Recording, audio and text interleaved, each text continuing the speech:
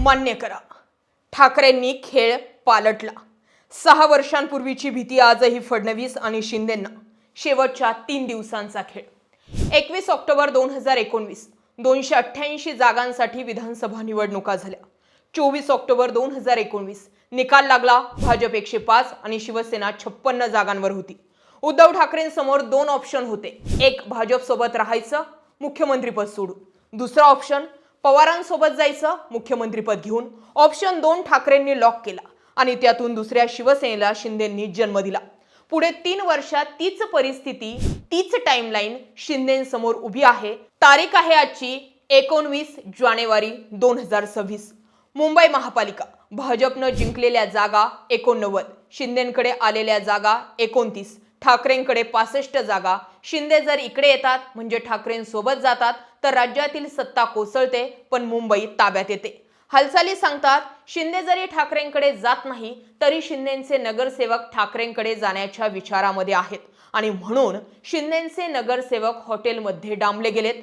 Guwahati part 2 ची पुनरावृत्ती होत तर नाहीये ना। 62 फोडले, 65 निवडून आणले। संपले किंवा मग संपवले असं म्हणले गेलेले ठाकरे फडणवीस आणि शिंदेंच्या नाकावर टिच्चून आले।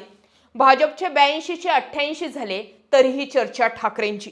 2017 मध्ये एक खंड असलेल्या शिवसेनेचे 84 नगरसेवक होते, त्यापैकी 50 पेक्षा जास्त नगरसेवक फुटले। शिंदेंना ओरिजिनल शिवसेना कुणाची हे ठरवणारी मुंबई होती आणि याच मुंबईने ओरिजिनल शिवसेना ठाकरेंचीच यावर शिक्कामोर्तब केलं। शिंदेंना मुंबईत पाहिजे तसं यश मिळालं नाही। याउलट शून्यातून सुरुवात करणाऱ्या ठाकरेंची शिवसेना वरचढ ठरली। आज मुंबईतून उद्धव ठाकरे यांची सत्ता गेली हे खरं, पण उद्धव ठाकरे यांच्यासाठी ही अस्तित्वाची लढाई आहे असा प्रचार केला गेला। परंतु निकालामध्ये तसं चित्र दिसलं नाही। उद्धव ठाकरे यांच्या शिवसेनेला मुंबईत 66 जागा मिळाल्या। उद्धव ठाकरे दुसऱ्या स्थानावर आहेत।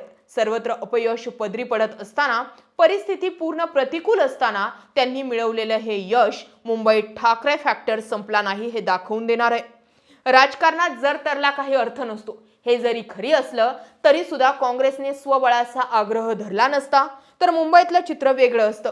भाजपशी मुकाबला करायचा तर वैचारिक मुद्द्यांवर फार ताणून न धरता काँग्रेसला काही तडजोडी कराव्या लागतीलच। असं जर झालं नाही तर काँग्रेस स्वतःही संपेल आणि त्यासोबतच त्याचा फटका प्रादेशिक पक्षांना देखील बसेल। काँग्रेस 30 वरून मुंबईत 15 वर आली आहे। राज ठाकरे आणि उद्धव ठाकरे एकत्र येण्याने फरक पडतो आणि फरक पडला हे सिद्ध झालंय। दोन्ही भावांना युतीची घोषणा करायला वेळ झाला।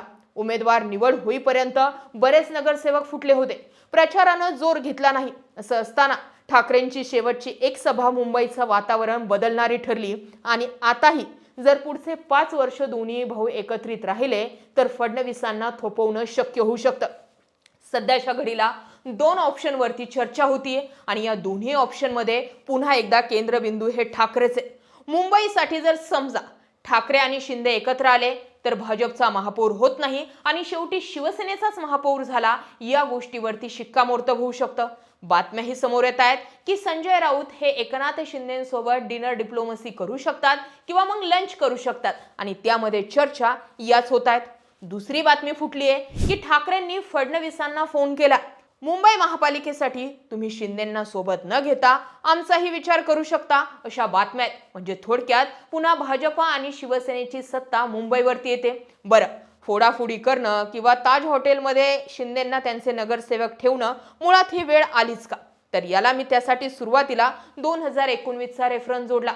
2019 ला भाजपचे आमदार होते 105, ठाकरेंकडचे आमदार होते 56। मग असं असताना सुद्धा 56 आणि 105 मिळून 2019 ला फडणवीस ठाकरे सत्ता येत होती, पण मुख्यमंत्रीपद ठाकरेंना मिळत नव्हतं आणि म्हणूनच महाविकास आघाडीची स्थापना करून ठाकरेंनी नवीन राजकीय प्रयोग केला आणि उद्धव ठाकरे मुख्यमंत्री झाले आणि त्यातूनच 2022 ला एकनाथ शिंदेंनी नवीन शिवसेनेला जन्म दिला आणि स्वतः मुख्यमंत्री झाले।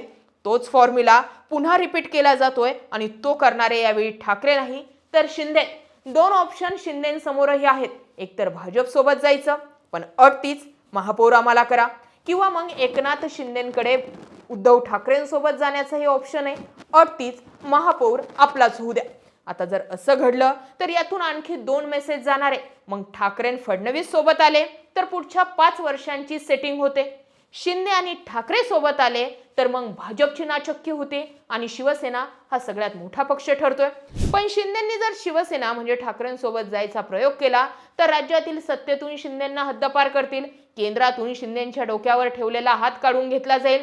पुढे म्हणजे 2-3 दिवसांवरतीच शिवसेना ओरिजिनल कुणाचीही आलेल्या सुनावणीवरती परिणाम होतील आणि कदाचित शिंदेंचे अपोजिट मध्ये निर्णय फिरू शकतो. त्यामुळे एकनाथ शिंदेंना भीती दाखवली जाते की तुमच्यासोबत हे हे हे हे घडू शकतं. पण तरीही शिंदे महापौर आमचाच करायचं आहे असं म्हणतात. याचा अर्थ शिंदेंच्या हातात सुद्धा काही ना काही दाबलं गेलंय. आता जसं दिसतंय की ठाकरेंचे जर 65 नगरसेवक निवडून येतच नव्हते तर ठाकरे मुंबईचा खेळ पालटण्याची ताकद ठेवत नव्हते. जिथे 62-50च्या पेक्षा जास्त नगरसेवक शिंदेंनी फोडले होते. शेवटपर्यंत दोन्ही ठाकरे कधी एकत्र येतात या चर्चा होत होत्या. चर्चा झाल्या, युती झाली, तोपर्यंत अनेक नगरसेवक हे ठाकरेंना सोडून बाहेर पडले होते. राज ठाकरेंचा प्रयोग चालेल का? राज ठाकरेंची भाषणं चालतील का? ठाकरेंना लोक मान्य करतील का? असे अनेक प्रश्न होते. मात्र या सगळ्या वातावरणात 65 नगरसेवक ठाकरे निवडून आणतात ही जोक नाहीये. याचा अर्थ काल, आज आणि उद्याही ठाकरेंचं अस्तित्व मुंबईतून पुसता येणार नाही यावरती शिक्कामोर्तब झालंय.